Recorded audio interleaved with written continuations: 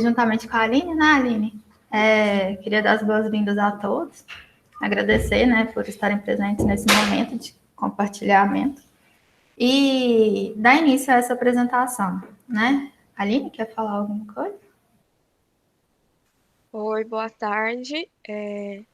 Nós vamos hoje falar, acho que, sobre os temas que nós mais temos trabalhado aqui no campus. Então, a gente fica muito feliz em poder dialogar, né, com vocês sobre essas temáticas, né? E a gente conta com a participação, a curiosidade de vocês também. Boa tarde. Obrigada, Aline. Então, vou começar compartilhando aqui.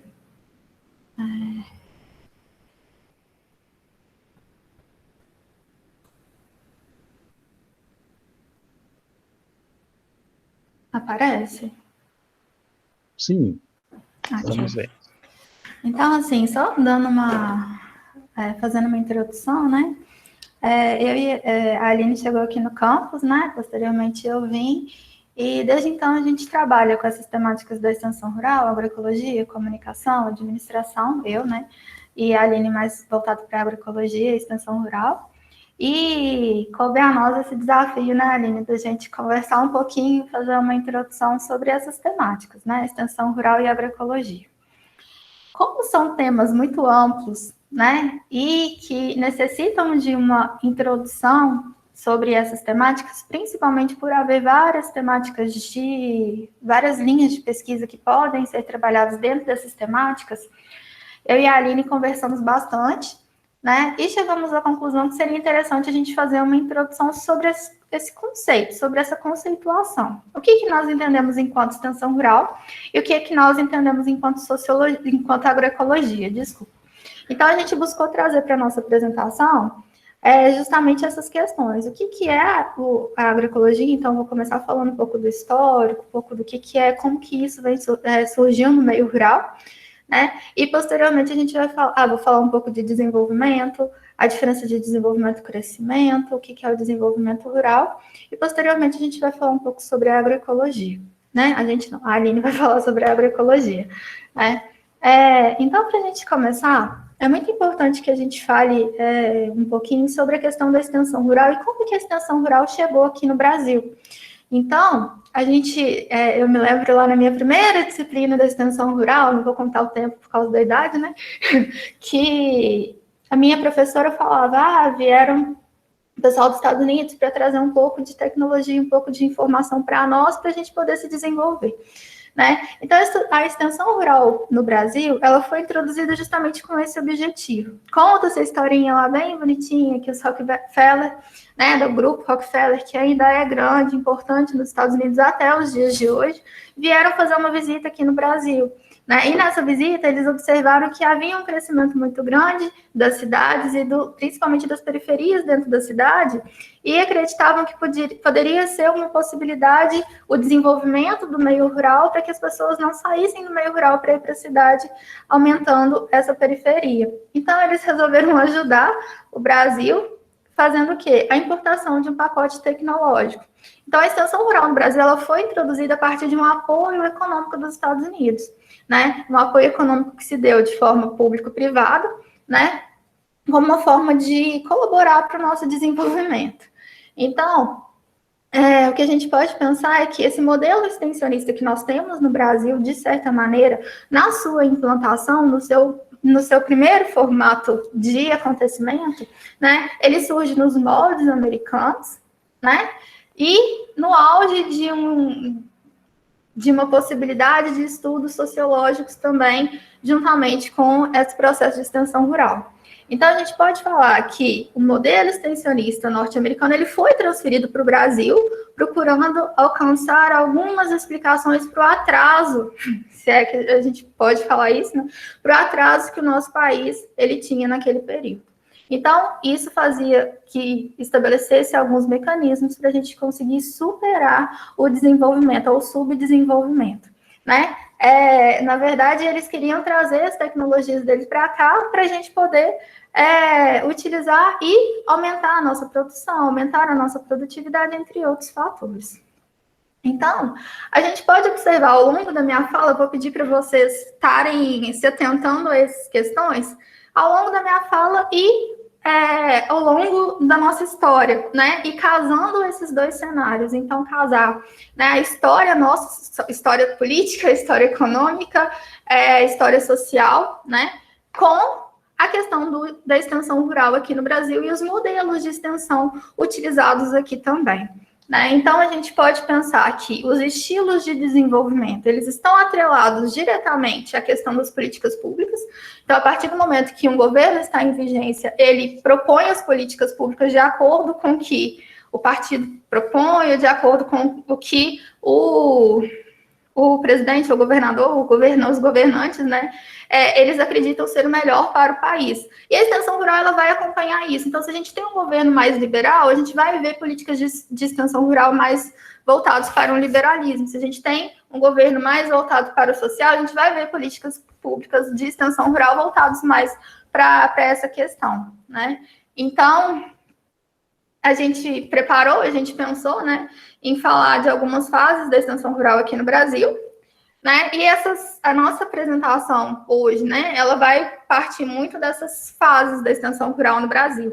Então, a gente vai ter uma extensão rural que a gente chama de humanista assistencialista, que ela vai perdurar de 48 a 63, a difusionismo produtivista, de 64 a 79, um humanismo crítico, que vem uma crise, e vem toda uma reestruturação, uma crise principalmente por conta do modelo adotado até então, de extensão rural aqui no país, e toda uma reestruturação do modelo extensionista, se a gente pensar, né, de 1980 a 1989. A década de 80 foi conhecida como uma década perdida, principalmente por conta da crise econômica, né? No período de 90 a 99, a gente também observa algumas mudanças. Coloquei 99, mas a gente pode pensar até 2000 e pouquinho. E como que a extensão rural, ela vem sendo trabalhada atualmente, e principalmente as abordagens participativas que vêm para dentro da extensão rural, e posteriormente a gente vai falar um pouquinho da extensão rural e da agroecologia. Então, se a gente for pensar nessa extensão rural humanista ou assistencialista, né, a gente vai pensar o quê? O objetivo, né, dos pacotes importados foi principalmente a gente gerar desenvolvimento, a gente superar o atraso, né? E dentro dessa perspectiva humanista, assistencialista, o primeiro foco da extensão rural era consertar o que estava errado, vamos dizer assim. Então, o foco da intervenção, ela era realizada com um técnico agrícola, um agrônomo, né? E uma economista doméstica. Eu não sei se vocês sabem, mas lá em Viçosa, eu não sei se ainda tem, mas até pouco tempo atrás tinha o curso de economia doméstica justamente vindo dessa época, né? Atualmente ainda existe a pós-graduação em economia doméstica lá. E ia o casal de extensionista, né, nas propriedades com o intuito de quê? A gente conseguir modificar comportamentos sociais e produtivos dos agricultores e de suas famílias utilizando uma técnica de educação informal e de crédito rural supervisionado como um instrumento e forma de intervenção. Então, o serviço de extensão rural no período humanista assistencialista, ele vai funcionar como um serviço público de educação informal. Então, eles iam lá mostrar, né, e disseminar um monte de informações, de conhecimentos, de técnicas e tecnologias alheias aos contextos. Dentro de um período produtivista, que a gente chama de difusionismo, a extensão rural difusionista, né, esse modelo ele ainda pode ser observado em várias práticas, né, da nossa agricultura. Ele vai ser um modelo voltado para a difusão de tecnologia, como o nome mesmo diz.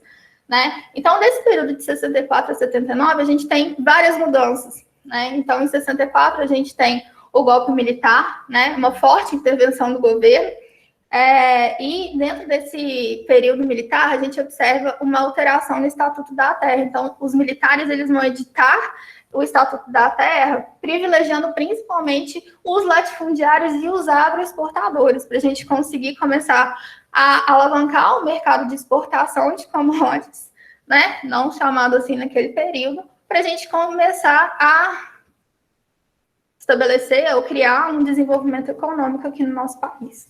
né? Então, nesse modelo difusionista produtivista, né, o serviço do extensionista vai ser o quê? A gente eliminar os processos produtivos tradicionais e começar a introduzir inovações e, principalmente, mudanças técnicas para esses agricultores. Eu acreditava que o nosso meio rural não era desenvolvido porque o produtor não tinha acesso à tecnologia, né? Então, esse período produtivista, né, difusionismo produtivista, ele vai ser ao mesmo tempo em que os extensionistas eles vão trabalhar a persuasão dos agricultores, as economistas domésticas, como eu falei, elas convencem as mulheres e as filhas que precisam modernizar o lar.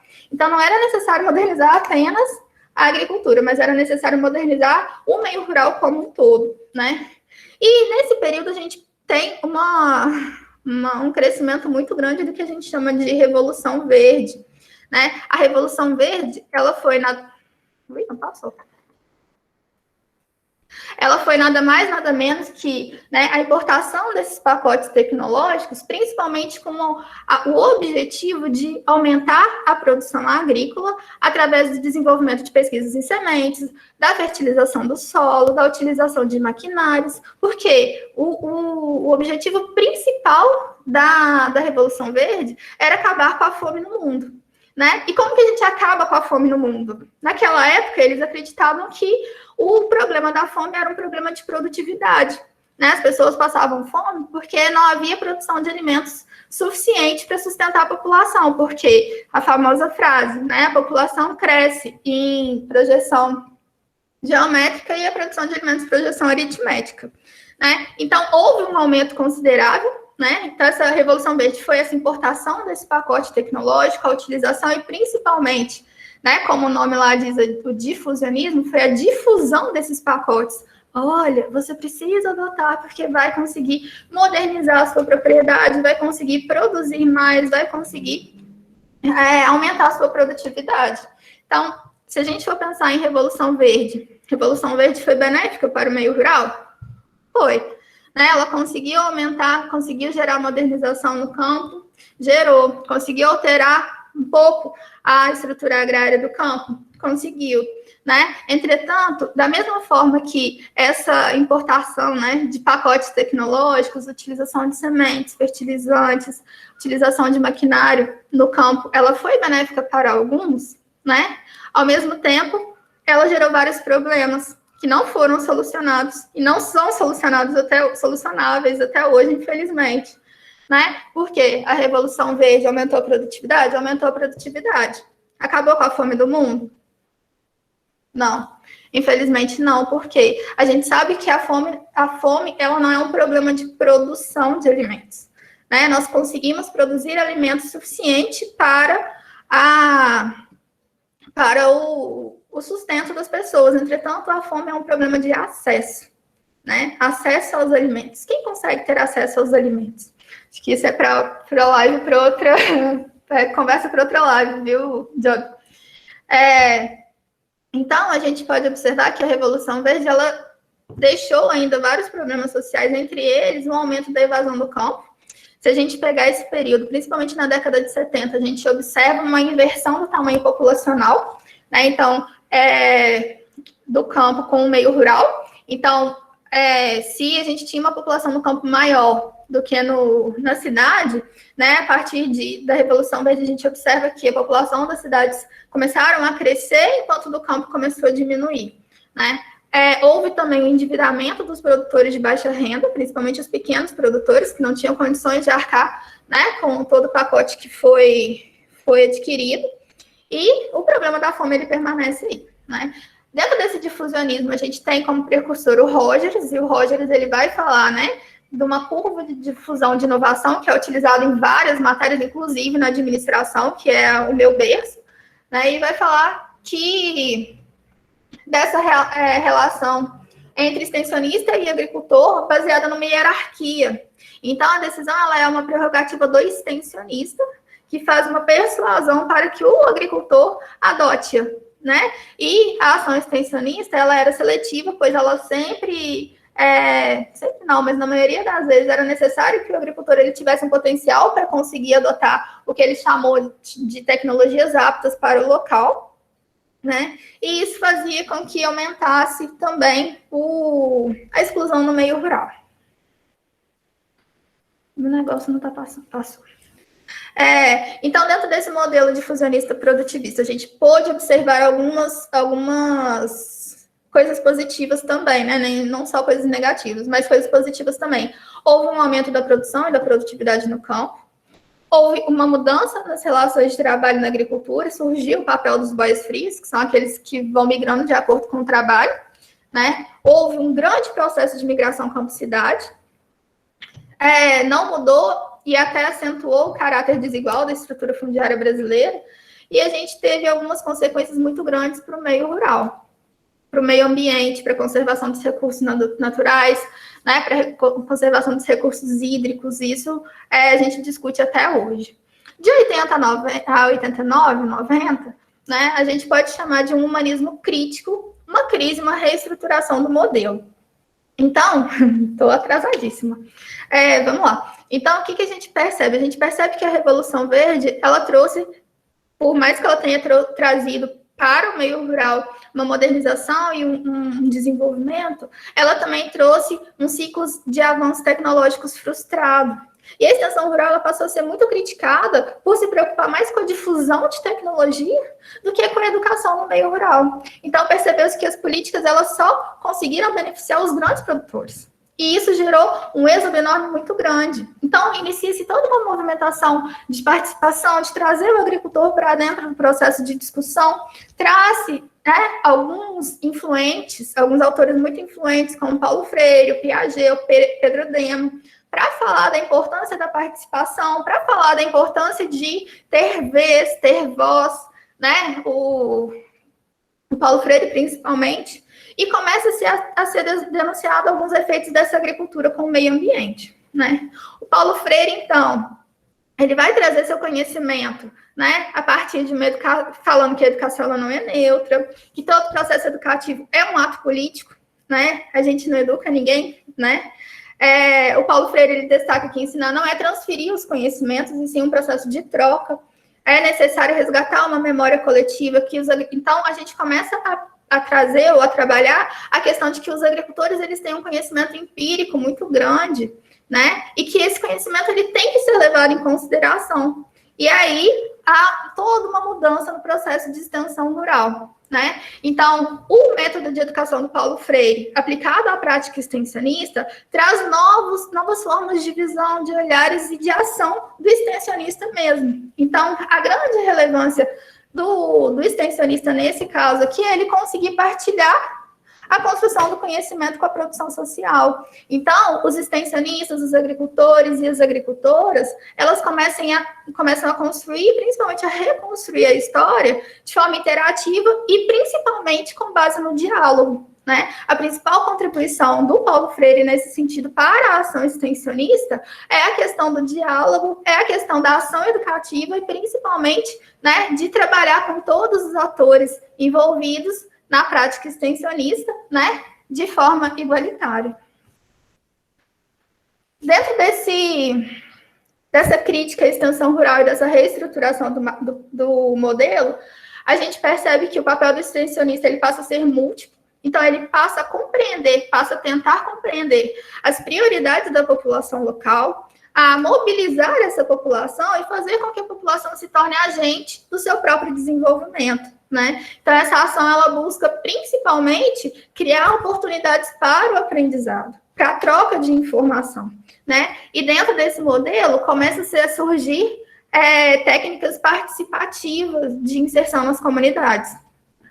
Então, a equipe extensionista, ela passa a ser multidisciplinar, né? Então, a gente traz para a equipe um pedagogo, né, um assistente social, outras pessoas que até então não estavam envolvidas.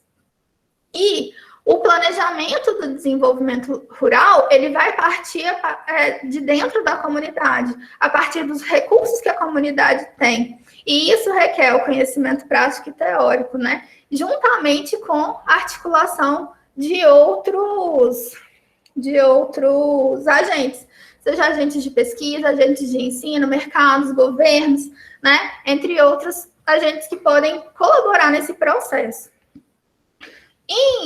no período da década de 90, né, a gente observa algumas políticas neoliberais agindo dentro da extensão rural. Então, se lá em 1946 a gente tem a criação da ACAR, né, Assistência de Crédito e Extensão Rural, e essa ACAR ela vai virando Embrater, depois lá na frente que vai virar Emater, né, as políticas neoliberais, elas extinguem a Embrater, né? Então, não há uma coordenação e de 1990 até 2003 não se conseguiu articular nenhuma ação de extensão rural no Brasil. A extensão rural ficou a Deus dará, né? Tentando fazer o possível dentro das possibilidades que eles tinham naquele momento ali. A partir de 2003, então, a gente vê que a ATER ela começou a entrar nas pautas de discussão das políticas públicas, né? E, principalmente, a partir de 2003, a ATER ela é institucionalizada como um instrumento de política pública. Então, a gente tem a inclusão social da ATER pública gratuita para agricultura familiar, segurança alimentar e nutricional, e preservação e conservação do solo, né? E a ATER como um serviço-chave na disponibilização e êxito das diferentes políticas públicas para a agricultura familiar.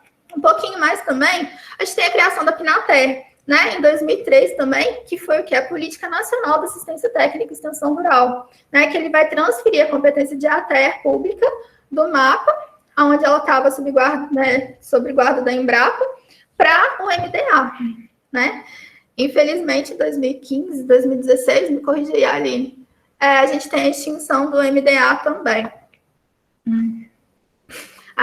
E alguns anos depois, 2016, obrigada. Alguns anos depois, a gente vai ter também a criação da ANATER, né? Que é a Agência Nacional de Assistência Técnica e Extensão Rural também, que vai colaborar com os serviços de ATER. Então, a nova ATER ela vai exigir um novo profissional, né?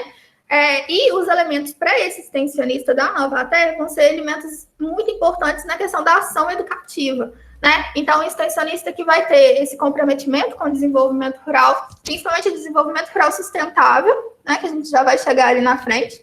Habilidades para o planejamento participativo. Então, o diagnóstico rural participativo, ele entra aqui, metodologias participativas de trabalhos com a sociedade, com a comunidade, também entram nesse processo, né?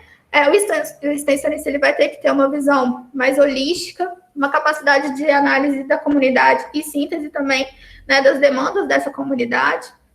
Ele precisa ser animador, articulador e conciliador, e ter a habilidade de incentivar a participação, incentivar a mudança, né? Porque dentro desse processo vão emergir diversas novas temáticas que são passíveis de desenvolvimento e que vão gerar desenvolvimento local ali, né? Então, é muito importante que o extensionista tenha essas características. Sendo assim, estou até esbaforida aqui. Sendo assim, o que a gente pode pensar? Né? Dentro desse processo de extensão rural e as abordagens participativas, né, a ação extensionista ela vai abranger um conjunto muito grande de atividades profissionais e também uma variedade muito grande de atividades. Então, o extensionista que estava ali somente para cuidar do que plantar e colher, né, ele passa a ter um monte de informação e gerir essa informação dentro de cada processo. Então, ele vai precisar entender, né, pelo menos ter um mínimo conhecimento de organização comunitária, comercialização, produção, né, para conseguir articular os atores e ajudar nesse processo de desenvolvimento rural. Lembrando que o desenvolvimento rural é um processo, eu não chego na comunidade e falo, olha, está desenvolvido, né? Ele demanda tempo, demanda conversa, demanda articulação. Então, dentro disso, a gente observa que nessa ação extensionista nova, vamos dizer assim, né? O extensionista, ele teoricamente tem que atuar nos aspectos técnicos, econômicos, sociais e ambientais, né? Porque a agricultura não é mais só plantar e colher, né? Então, os meus aspectos técnicos, acho que está até maior aqui. Não. Os meus aspectos técnicos, né?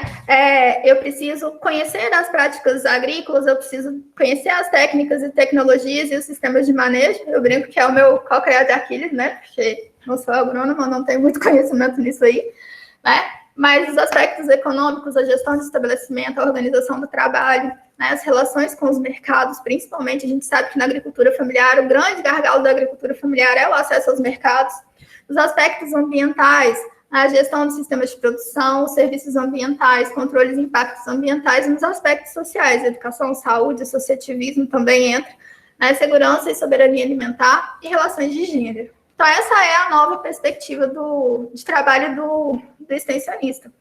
Aí, dentro disso, aí a gente trabalha a complementaridade entre saberes, né? Que o saber ele não fica restrito a uma única pessoa, e sim ele é compartilhado. A gente tem o saber fazer prático e o saber fazer técnico-científico, né? E esses saberes, eles têm que se conversar. E o extensionista que faz essa ponte, né? Ele é extremamente importante na ponte desse conhecimento, dessa troca. Então, né, a diversificação das atribuições, a extensão rural, ela passa a lidar com outras questões, né? Então, a comunicação, a educação, a orientação técnica e articulação, né? E como trabalhar. Eu chamo atenção bastante para a questão da comunicação aqui e da questão da inovação também, né? Principalmente agora, numa era que aí cai no meu berço, né? Na era das tecnologias de informação e comunicação, ela gera uma nova forma de ação extensionista, uma nova forma de interação com o agricultor, né? Então, o técnico extensionista, ele precisa estar atento a essas tecnologias também, a gente chama de inovação, ou de produção de novidade, né?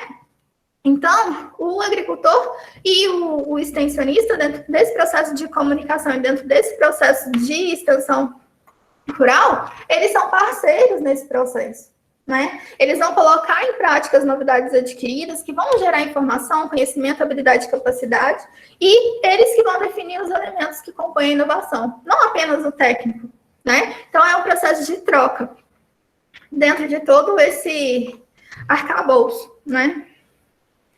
Então, dentro desse tripé da ação extensionista, a ação extensionista propriamente dita vai ser o quê? Uma atividade profissional que busca promover o desenvolvimento da agricultura, viabilizando alternativas, né? O desenvolvimento, ele casa com a ação extensionista por meio de concepções e práticas que vão gerar subsídios para a criação de políticas, para a discussão, né? Para o enfrentamento de problemas socioeconômicos, né? E a agricultura é o contexto em que tudo isso ocorre. Ocorre a ação extensionista, vai ocorrer o processo de desenvolvimento, né? E é a realidade que se expressa em problemas que são variadíssimos, né? Bate meu tempo, mas já vai. Que são variadíssimos, né? Que se a gente pegar, por exemplo, a agricultura familiar aqui do Triângulo, ela já vai ser diferente lá da minha região de BH, que é completamente diferente do Rio Grande do Sul, que é de onde eu venho do meu doutorado. Né? Então, a gente tem um meio rural extremamente heterogêneo, diversificado, com características diferentes. Né? Então, a extensão rural vem para conseguir entender e, de certa maneira, colaborar com esse processo também. Mas quando a gente fala de desenvolvimento rural sustentável, né? O que a gente está falando? O desenvolvimento, né, ele pode ser conhecido a partir de 3 tipos básicos. Né? O que é desenvolvimento? Eu tenho desenvolvimento como um crescimento econômico, o desenvolvimento como um mito, né? Uma ilusão, uma crença, uma manipulação até ideológica mesmo, que se fala de ideologia hoje, mas pode ser considerado também. Eu tenho a negação dos 2 tipos e uma resposta por um caminho do meio. Né? A gente tem alguns autores, e um autor que eu gosto muito de trabalhar, ali ficou errado, é com N, desculpa, né? É o Amartya Sen. O Amartya Sen é um indiano, ganhador do Nobel da Paz, né? E ele vai falar que o desenvolvimento, ele é um processo, ele vai acontecer a partir do momento que se elimina, né, a privação das pessoas. Então, o desenvolvimento, ele vai acontecer como um processo de liberdade da expansão humana. A partir do momento que as pessoas, elas têm a oportunidade, né, de escolha, a ampliação das suas escolhas, elas não são negadas dessas escolhas, né? Elas possuem os acessos e elas podem escolher o que elas querem acessar, né? A gente consegue enxergar o desenvolvimento. Então, a gente pode falar também de desenvolvimento agrícola e desenvolvimento rural, né? Quando a gente fala de desenvolvimento agrícola, a gente está falando de uma agricultura mais empresarial. E do desenvolvimento rural, a gente está falando de uma agricultura mais voltada para a agricultura familiar, para a diversificação produtiva. Então, há algumas diferenças. Então, quando eu falo de um empreendimento familiar, eu estou falando de uma ênfase na produção de alimentos, eu estou falando de 38% da renda gerada na agropecuária, estou falando em 15,3 trabalhadores por hectare, né? E 3/4 dos postos de trabalho no meio rural. Quando eu estou falando de um desenvolvimento agrícola, eu estou falando da produção propriamente dito, né? Eu estou falando de quê? Uma ênfase na produção de commodities, eu estou falando de uma produção em grande escala, 62% da renda gerada na agropecuária, né? De mercados extralocais, de 1/3 dos postos de trabalho e 1,7 trabalhadores por hectare, né? Então, há alguns tipos de diferenciação de desenvolvimentos. Eu costumo falar que o desenvolvimento, ele é posto, né? Ele é dado, e o desenvolvimento ele vai ganhando alguns adjetivos. Então, o desenvolvimento ganhou o adjetivo do rural, né? E a gente vai trabalhar o desenvolvimento rural sustentável, né? A gente vai trabalhando esses tipos de desenvolvimento. Eu trouxe aqui, vou falar correndo, prometo, alguns principais enfoques do desenvolvimento rural no Brasil. Então, a gente tem 5 linhas que podem ser trabalhadas, né? A primeira linha vai ser a linha do José Graziano da Silva, e ele vai falar sobre o urbano, ou ruro urbano, como vocês preferirem, né? E vai falar principalmente dessa questão agrícola, agrária, né? De como que isso fica, o que é rural, o que é urbano, dentro desse processo de desenvolvimento. Nós vamos ter um viés agrícola do desenvolvimento, então vamos ter o Guanziroli, o Buenaim e o Romero, então eles vão falar de estratégias do desenvolvimento rural para o fortalecimento da agricultura familiar, então via ampliação da reforma agrária, via concessão de crédito agrícola, né? Então, para esses autores, o desenvolvimento rural ele vai acontecer a partir do momento que eu desenvolvo sistemas de produção. Então, eu preciso trabalhar os custos de produção e preciso trabalhar a dinâmica agrícola que acontece ali, né? E a estratégia de desenvolvimento consiste em conseguir inserir também a agricultura familiar lá no agronegócio. O Guanziroli, o Buenaim e o Romero vão falar nesse viés. Nós vamos ter também o viés das instituições, mercados, território e agricultura familiar, né, que é o José Lino da Veiga e o Ricardo Abramovay, que ele vai trabalhar que o meio rural ele vai depender dessa superação de uma dicotomia entre rural e urbano, né? Vai depender da diversificação, da preservação ambiental, das expansões das liberdades que eu falei da Amartya Sen, né? E principalmente a diversificação do tecido social, principalmente para a agricultura familiar. O quarto enfoque, né, vai ser um desenvolvimento rural, como trabalha o Navarro, o Zander Navarro, José de Souza Martins, entre outros, né, que ele vai falar que o problema do Brasil é a fragilidade dos autores e principalmente a fragilidade das instituições, né? A gente percebe um pouco isso na prática atual e principalmente a ausência de uma cultura democrática. Então, os movimentos sociais eles ainda vão ter pouca lógica democrática. As instituições elas são extremamente frágeis e as ONGs são instáveis, e tudo isso resulta na persistência de um personalismo, principalmente de um clientelismo, ao invés de gerar processos de desenvolvimento. O John Wilson ele vai falar da criação de um novo regime, principalmente um novo regime de produção e regulamentação alimentar, né? Que ele tem uma crítica muito forte ao modelo agroindustrial dominante, que a gente consome alimentos produzidos por 6 grandes empresas, né, mundiais, e elas detêm o que a gente consome, elas determinam o que a gente vai alimentar, e ele vai falar de um novo modelo que vai emergir. Então, esse modelo que vai emergir, ele vem principalmente de uma insatisfação com o que nós nos alimentamos, né? Então, há uma alteração na demanda. Então, há uma busca por produtos não standard, né? Que são produtos não comoditizados. Os gostos dos consumidores vão alterando. Então, ele trabalha todo um processo, principalmente se a gente for pegar, não vou devagar muito, mas às vezes eu preciso devagar. Mas se a gente for pegar as embalagens dos alimentos, a gente já observa que há algumas alterações. Por exemplo, redução de sódio. Isso vem das demandas dos consumidores e da crítica também. E esse modelo emerge porque a gente vem observando vários problemas de saúde públicas, tá? Gripe aviária, mal da vaca louca, entre outros, e buscando maior segurança alimentar. E quando a gente fala de desenvolvimento rural sustentável, né? O relatório de Brundtland,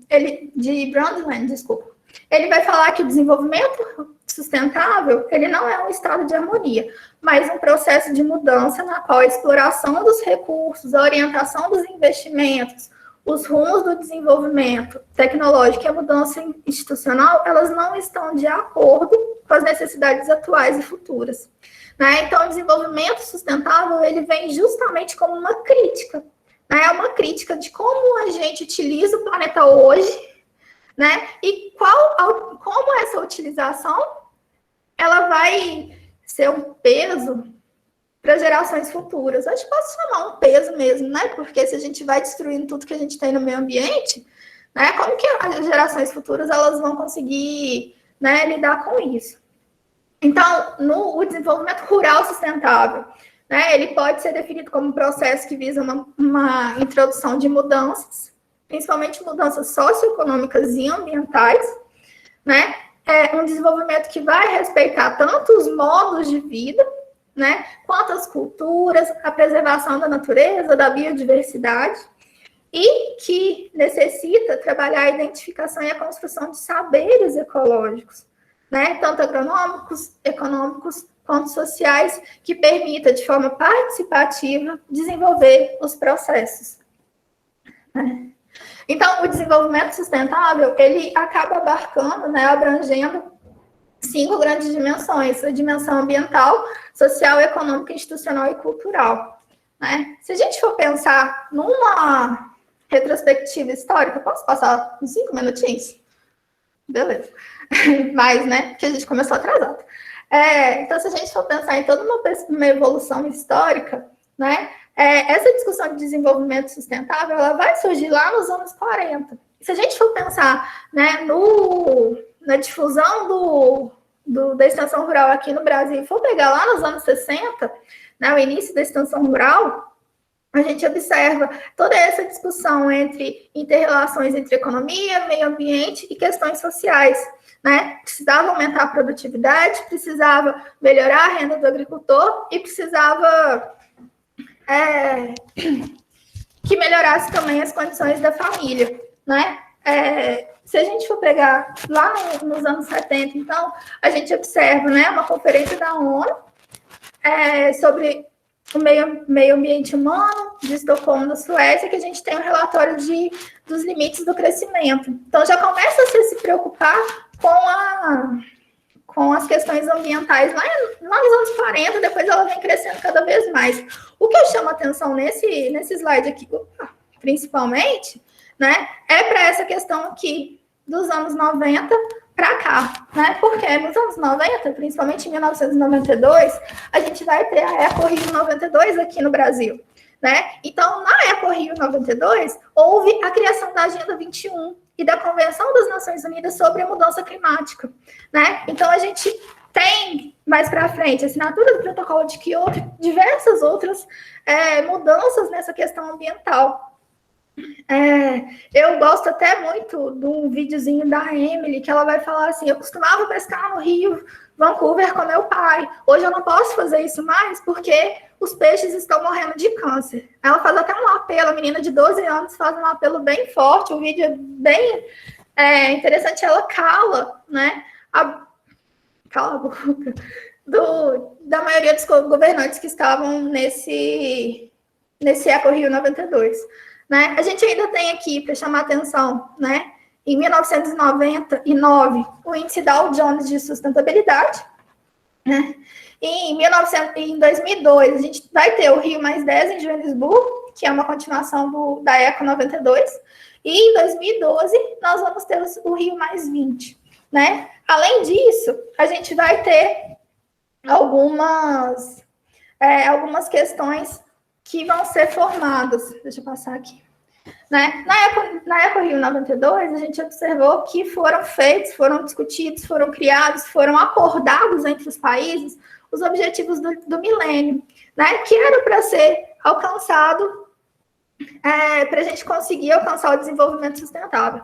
Dentro desses objetivos do milênio, a gente vai ter acabar com a fome e a miséria, educação básica de qualidade para todos, igualdade entre sexos e valorização da mulher, redução da mortalidade infantil, melhorar a saúde da gestante, combater a AIDS, a malária e as outras doenças, né, qualidade de vida e respeito ao meio ambiente. E todo mundo trabalhando pelo desenvolvimento. Né? A gente vai ter também os 5 pilares do desenvolvimento sustentável, de acordo com o Acordo do Clima.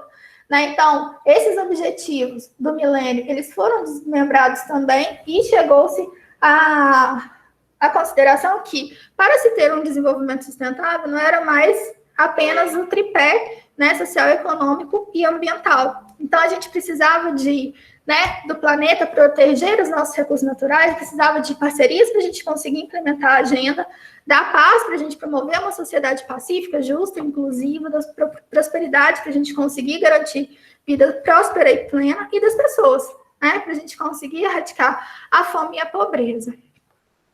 E não, aqui não é os objetivos do desenvolvimento sustentável, né? Agora, em 2016, né, a gente observa a criação, a discussão da Agenda 2030. Né? A Agenda 2030, ela traz para a gente 17 objetivos globais, 169 metas a serem batidas, 3 metas extraordinárias, que são erradicar a pobreza, a extrema pobreza, né? Lembrando que o Brasil ele tinha saído, né, do mapa da fome, e agora ele voltou, infelizmente, combater a desigualdade e a injustiça e corrigir as mudanças climáticas. Né? Isso porque houve um diagnóstico, né, e observou-se que de 7 milhões de pessoas, 3 milhões vivem com menos de 2,5 dólares e 50 centos, sendo que 1,3 bilhão vive com menos de 1 dólar e 25 centos por dia. Né? Isso é condicionante de ser classificado como extrema pobreza. Que com apenas 20% que os Estados Unidos gastam com armamento todos os anos, seria possível erradicar a pobreza do mundo, segundo a ONU. Né? E pessoas em situação de pobreza extrema gastam até 80% da sua renda com comida. Já em países ricos, essa porcentagem não passa dos 10%. Então, se a gente for pensar, principalmente se a gente for pensar em políticas públicas de acesso, né, muito se discute a questão do Bolsa Família, a questão do auxílio emergencial, né? Então, são recursos que, se a gente for pensar economicamente, ele retorna para a economia imediatamente, porque a fome dói, a fome mata, né? Então, é necessário a gente conseguir com que essas pessoas tenham acesso à comida. Então, dentro dessa Agenda 2030, né, foram estabelecidos os 17 Objetivos de Desenvolvimento Sustentável, né, que eu apresento para vocês aí. Então, erradicar a pobreza, fome zero e agricultura sustentável. Ali na figurinha ele não mostra, mas quando a gente pensa na questão do fome zero, né, ela está atrelada a uma agricultura sustentável que consiga produzir de forma mais sustentável, boa saúde e bem-estar, educação e qualidade, igualdade de gênero, água limpa e saneamento, energia acessível e limpa, emprego digno e crescimento econômico, indústria, inovação e infraestrutura, redução das desigualdades, cidades, comunidades e sistemas sustentáveis, consumo e produção responsável, combate às alterações climáticas, vida debaixo d'água, vida sobre a terra, justiça, paz, justiça, instituições fortes, parcerias em prol das metas. Né? Aqui eu circulei alguns que a gente pode pensar na questão da agricultura. Né? Então, a erradicação da pobreza, a questão da fome e da agricultura sustentável, né? A questão da educação com qualidade, igualdade de gênero, redução das desigualdades no meio rural, tudo isso a gente pode estar pensando no meio rural. Eu não vou me delongar muito, não, porque eu sei que a Aline vai falar um pouquinho disso também, né? Para não ficar mais do tempo que eu já passei bastante. Desculpa aí.